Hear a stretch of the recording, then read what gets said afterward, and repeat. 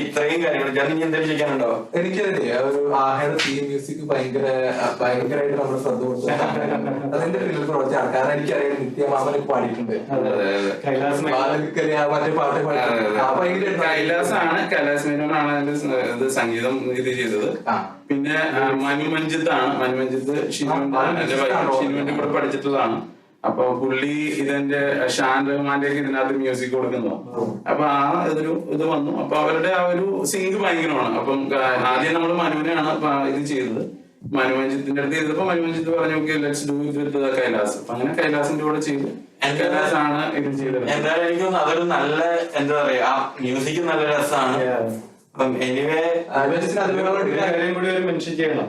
ഇത് നമ്മുടെ എഎമ്മിന്റെ മ്യൂസിക് ചെയ്തേക്കുന്നത് നമ്മുടെ ഉണ്ണികൃഷ്ണൻ എന്ന് പറയുന്ന പുള്ളി മറ്റൊരു കമ്പോസറാണ്. പിന്നെ നിതിൻ രാജ് എന്ന് പറഞ്ഞൊരു പ്ലേബാക്ക് സിംഗർ ഉണ്ട്. ഇതിനാണ് അവര് നമ്മുടെ അതിന്റെ എന്താണ് തീം സോങ് പാടിയിരിക്കുന്നത്. നിങ്ങൾക്ക് ഇടയ്ക്ക് എവിടെയെങ്കിലും ആർജത്തിനെ കിട്ടിയില്ല എന്ന് പറഞ്ഞു കഴിഞ്ഞാൽ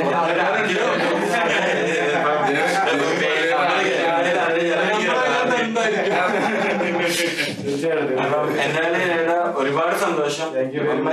ഞങ്ങളും ഇതുപോലെ തന്നെ കാനഡയിൽ നല്ല നല്ല പുതിയ സംരംഭം ചെയ്തവരെ കണ്ടുപിടിക്കുക, അവരോട് നമ്മൾ സംസാരിക്കുക, അത് മറ്റവരിലേക്ക് എത്തിക്കുക എന്നുള്ള അങ്ങനെയാണ് നമ്മൾ ലെറ്റ്സ് ടോക്ക് അബൌട്ട് കാനഡ എന്ന് പറഞ്ഞു തുടങ്ങിയത്. അതിന്റെ ഒരു പാർട്ടാണ് ഇത്. അപ്പം നിങ്ങളെ കാണാനും പരിചയപ്പെടാനും ഒക്കെ കണ്ടതില് ഞങ്ങൾക്ക് ഒരുപാട് സന്തോഷമുണ്ട്. ബ്ലൂ മൂൺ പ്രൊഡക്ഷന്റെ പേരില് ഞങ്ങളുടെ എല്ലാവിധ ആശംസകളും ഇനി മുന്നോട്ടുള്ള എല്ലാ കാര്യങ്ങൾക്കും. പിന്നെ എന്തെങ്കിലും നമുക്ക് കാറിൽ പോകുമ്പോ ഒന്ന് ഞെക്കിയാൽ കേൾക്കാൻ പറ്റുന്ന ഗാനത്തിലേക്ക് മൊബൈലിലും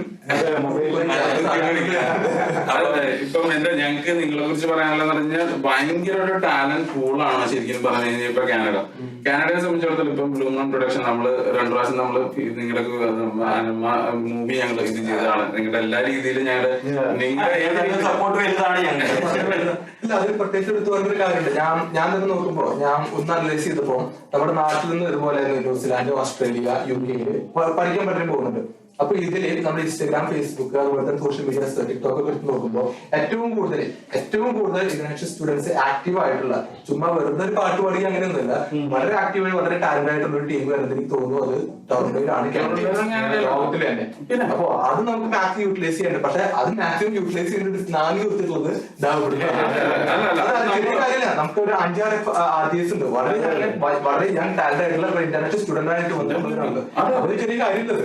അതെ, നമ്മള് എന്താന്ന് വെച്ച് കഴിഞ്ഞാൽ ഇത് നമ്മളൊരു ഷോക്കേസ് ചെയ്യാനാണ്. കാരണം ഇപ്പൊ